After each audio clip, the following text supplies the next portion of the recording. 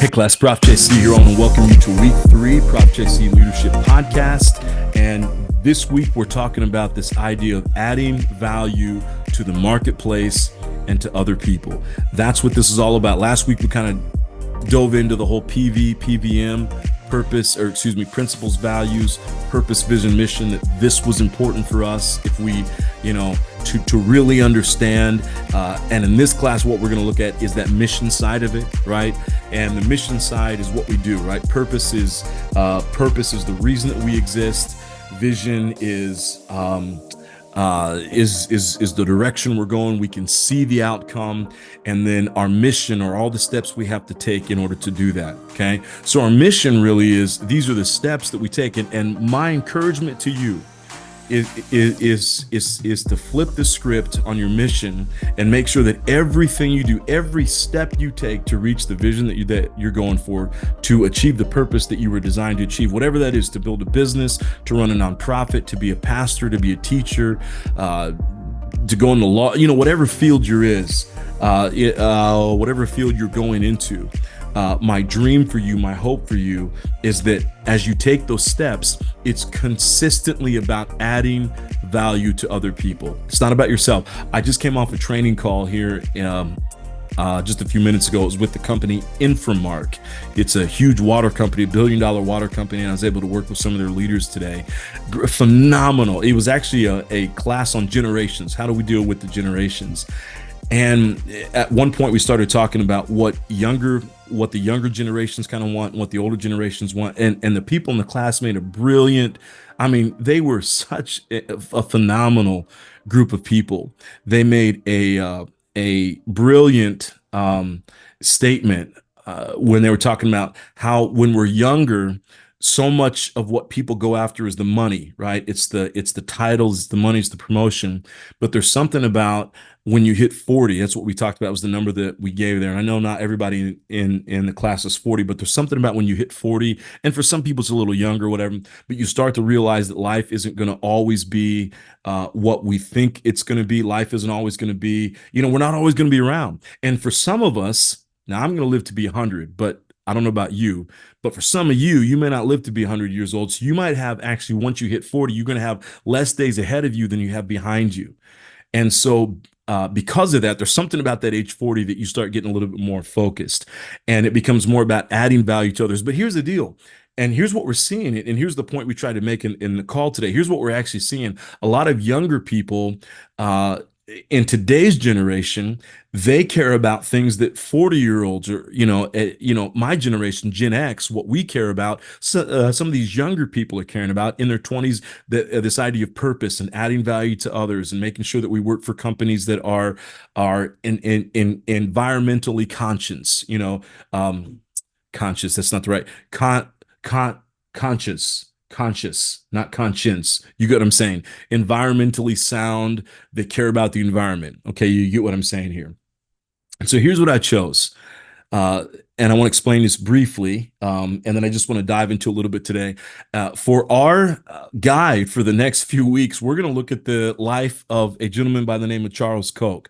Now, if you're politically active, you probably know that name, and it probably is not necessarily the greatest name that you've heard, okay? If you're not politically active, you've never heard of that name. And now here's the deal. None of this is about politics, but here's the deal. I actually found him because I was researching him from a negative perspective. I heard all kinds of things about him, Charles Koch, and that's his last name is spelled Koch, and his brother David Koch, and they're called the Koch brothers. Maybe that rings a bell. And when I first heard their name years ago, I thought they were like the two people who owned Coke. I thought their last name was spelled Koke,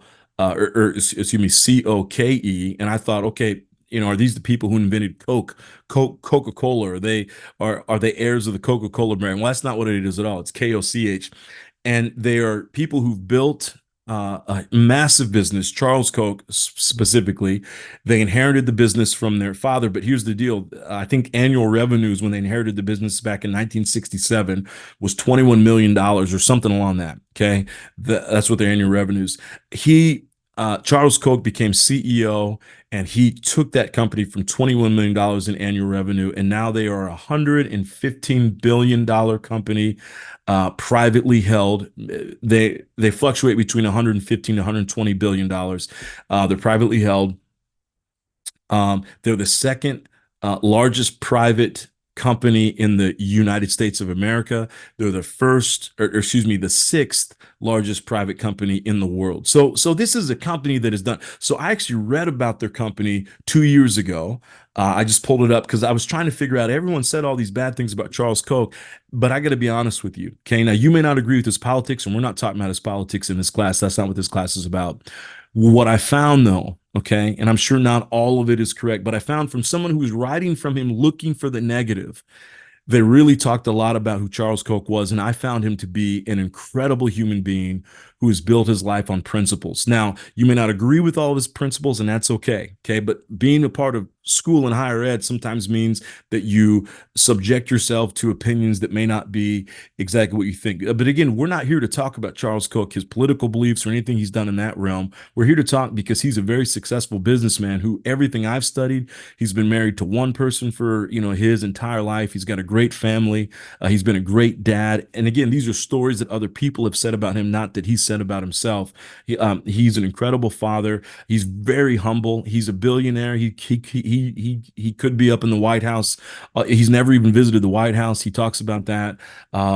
He's just really he's based his life on what we're going to talk about here, this idea of mutual benefit. And so over the next few weeks, you're going to hear his name come up because I think what he talks about, if you can, especially for those of you who are maybe younger in your careers, if you can get this now, I promise you it will be transformative for where you're going. For those of us who are maybe in mid-career, if we get this now, it'll be transformative for where we're going. And maybe there might be someone on the call who is maybe towards the end of her career. You get this now, it'll be transformative to where you're going. Okay. So it comes from this PDF that I sent you, and it's called Continually Transforming Koch Industries Through Virtuous Cycles of Mutual Benefit. And that's the key right there, that term, virtuous cycles of mutual benefit. And we're going to come back to this PDF several times over. We also have his book, I think, that that I asked you to order, which is called Good Profit by Charles Koch. That's another one you want to keep in your arsenal moving forward, because that's going to be good.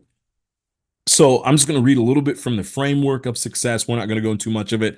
But he says this, or it says this on page 3. Over the past 6 decades, Koch Industry has transformed from a small family firm with a narrow focus into one. Oh, there's my alarm saying we have we've got about 3 minutes left here. We have so since 1960s entered into dozens of new industries. Oh, well, it started with a narrow focus and grew into one of the largest privately held companies in America and the world. Since 1960s, we have entered dozens of new industries, added 130,000 employees, and expanded into at least 60 countries, all while outperforming the S&P 500 by more than 30 to 1. Okay. This booklet, the one that you have, the PDF, explains why Koch Industries has flourished and provides a guide for accomplishing much, much more. And it talks about what he says, the concepts and principles of market-based management. Okay. And then it comes down and says, it asks the question, what is a virtuous cycle of mutual benefit?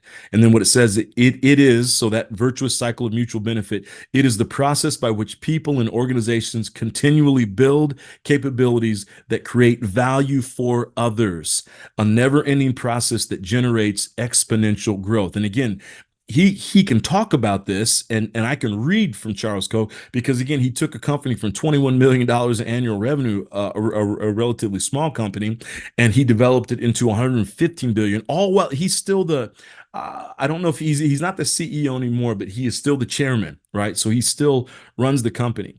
Now, the first thing he talks about, and this is where we're going to focus on today, and then next week we'll dive in a little bit more into this. The first thing he talks about, the first principle of this idea of virtuous cycles of mutual benefit that enables to add value to the marketplace and to others. He talks about this idea of self-actualization and being contribution motivated. And that's where our conversation is going to lead today. We're not going to have a lot of time to get into it, but I want to read just very quickly before we get to our question.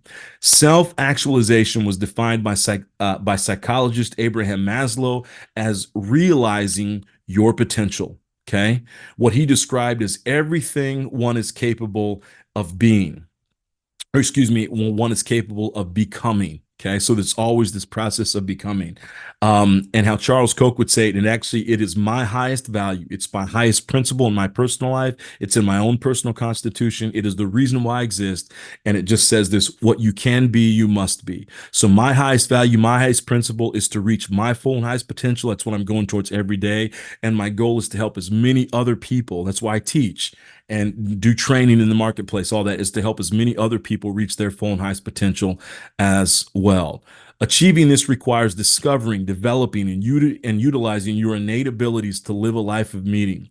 Such people are contribution motivated, committed to helping others improve their lives. Watch this, rather than being negatively motivated like those who hoard knowledge or seek unfair advantages. We'll talk all about that. When self-actualized people make a contribution to others and to society, it gives them such satisfaction that they strive to find further ways to contribute, leading to a lifetime of virtuous cycles. Okay. You reach your full potential, you help other people reach their full potential, and it just keeps going round and round. Self-actualized individuals willingly face reality, creatively solve problems, and find fulfillment in helping other people succeed. This is exactly what I want for you. It's what I want for myself. It's what I want for you. And it's what we're talking about today. So here's the core of what we're talking about. And I've got to end our podcast today.